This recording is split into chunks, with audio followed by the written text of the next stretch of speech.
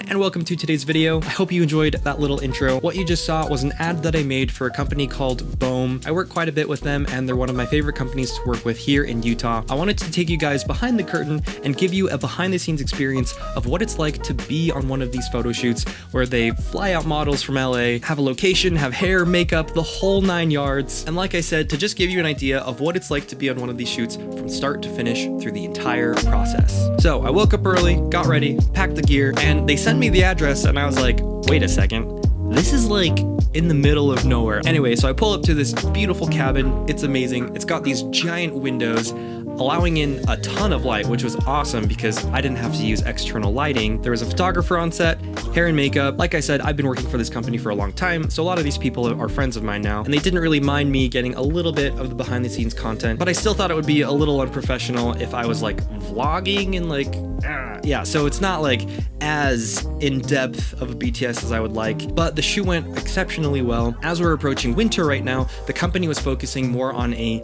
seasonal, wintry type of aesthetic, if that makes sense. So a lot of the products were like warm and cozy, sweaters, beanies, you know, that kind of thing. But on the flip side of things, they do have products that are more of like a elegant formal wear type of situation. So because of that, I had to be aware that I wasn't really blending those two because they didn't really feel like they belonged together, if that makes sense. So I gave them a bunch of videos, and to be clear here, there's nothing wrong with these two genres. I just wanted to make sure that they didn't feel so jarring to the viewer so that whoever's watching this isn't like, wait, why are we going from dresses to beanies? Anyway, with that out of the way, I wanted to go ahead and give you guys a behind the scenes look of what my Final Cut timeline looks like, what edits I'm making, as well as show you some of the color grading. But yeah, let's dive in and take a look. All right, so here is the intro clip that you guys watched. This first section with them in the snow was just, oh, perfect. It was amazing. We haven't really had snow here in Utah, but because of where we were at, there was snow up in the mountains, and it actually ended up working out perfectly. So I filmed this in 4K 60, and because of that, we have this really nice, gentle fall of snow, and it just feels so magical here. The models are just so cold. I felt so bad, but you know, these shots look so good. Off behind me, there's like a ton of people with jackets and coats just like waiting for them to like warm them up after they're done with the shot. But anyway, poor models. They were good sports though. But yeah, I love the snowfall here. It just looks so good, especially this shot here with her reaching up to the brim of her hat. We see a little bit of snow right here too, contrasting on that black hat, so that you can see those details really well. And here in the behind the scenes clip, you can see it's really simple. You don't have to have this huge kitted out piece of gear in order to capture content. I did have that stuff with me, like a gimbal, etc., all the things, but I'm filming on an R5, and the image stabilization was so good that I could just boop, you know, kind of drift in. And then just for a little bit more smoothness, I did film this in 30 frames and then slowed it down to 24. So it's just a tiny little bit of that slow motion to kind of smooth out that action. And we obviously have warp stabilization that we can throw in here too. Does the same thing, but all those factors combined, you get this buttery smooth shot that's handheld. And you know, like I said, it's really easy. You don't have to have all the fancy things. Anyway, I digress. Okay, so here, this little transition. So I did film her passing a tree, and then here I added a little motion blur to kind of make the tree fly by the screen a little bit more naturally and blend the two shots because there is a lighting change. You know, not everything's matched up perfectly, obviously, but adding this little motion blur effect really helped smooth that transition between the two. This line right here is just super jarring, and so adding that directional blur kind of smooths it over, allows the eye to kind of process what's happening a little bit more smoother. The takeaway, the sum of what a viewer would get out of this ad is, okay, warm clothes that look good, winter. But I think we got the job done because that's their whole goal here, is just to feature their winter line. So now I want to show you a little bit more of what I'm doing to color this, because the befores on these are a little yucky. Here's the before and the after here. But let's actually dive in and show you what I actually did here. You know, correcting exposure, boosting the color a little bit in the midtones here. Adding a little bit of blue in the midtones makes a big difference too, and I'll go ahead and show you that too. That makes a huge difference right there.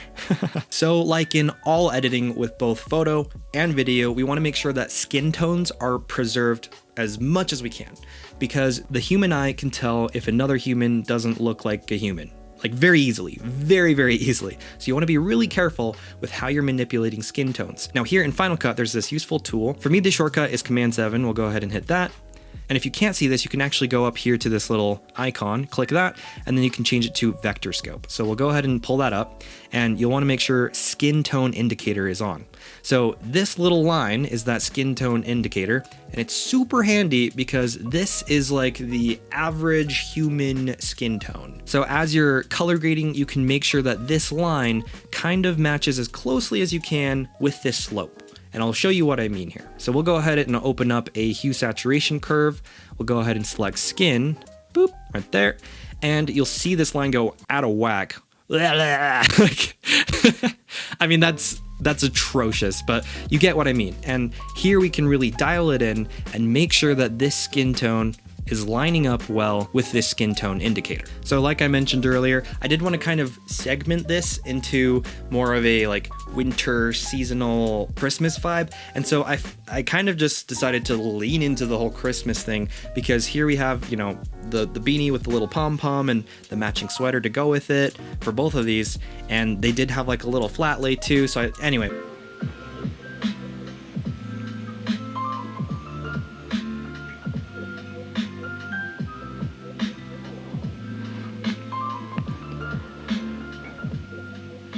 Yeah, so in the other videos, no smiling, but in this particular video, it felt a lot more appropriate, if that makes sense, because it just fits that genre a little bit better. But yeah, I just love this shot because, you know, they're happy people, and we finally get to see a little bit of their personality show here in this shot, and it's just great because they're on the balcony, you have the holly coming across the screen, you have the snow coming down, which just looks awesome, and then they're smiling and they're having a good time. So this is a completely different vibe, but I think it still works perfectly just because, like I mentioned, we kind of separated them into their appropriate categories.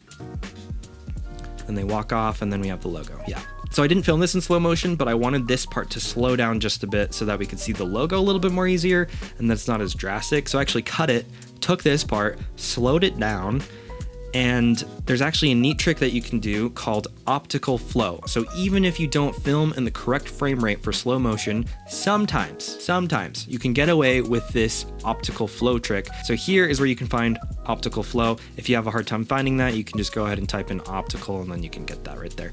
Anyway, what it does is it analyzes each frame. So it's like, oh, from this frame to this frame, okay, cool. And then it takes those two and creates a new frame that's an average of those other frames, so that the slow motion is like a little bit more smooth. Anyway, it doesn't work all the time, but if you're in a pinch, you definitely can throw that in there, and I think it worked perfectly fine because I can't tell. Anyway, neat little trick for you. And eventually, you know, if clients are okay with it, I would like to do more of a hands-on behind the scenes shoot showing my full process of like me guiding the models through what to do, because, you know, some models don't have a lot of experience with video and they are totally different, and it's kind of hard to, like, I don't know, turn everything into an action. So for the photographer, they're like, hey, go shoot. You get wide, medium, detail, boom, you're done, next outfit. But for me, it's like I have to turn this into an action as well as get those angles. They have to do something, because I can't just like, I got it. Me. like, it doesn't work. I think it would be cool to kind of show that process of what I'm guiding people to do and how I'm trying to incorporate the product into an action. Anyway, it's a whole thing. I feel like that's like a gold mine of learning. So hopefully if there's a client out there who would like to see that, you know, I would love to make a YouTube video on that. Anyway, I'm gonna end this one here. Thank you guys so much for watching this behind the scenes look. If you like this video, like it. Do not forget to subscribe for weekly content, and I'll see you in the next one. I appreciate you being here.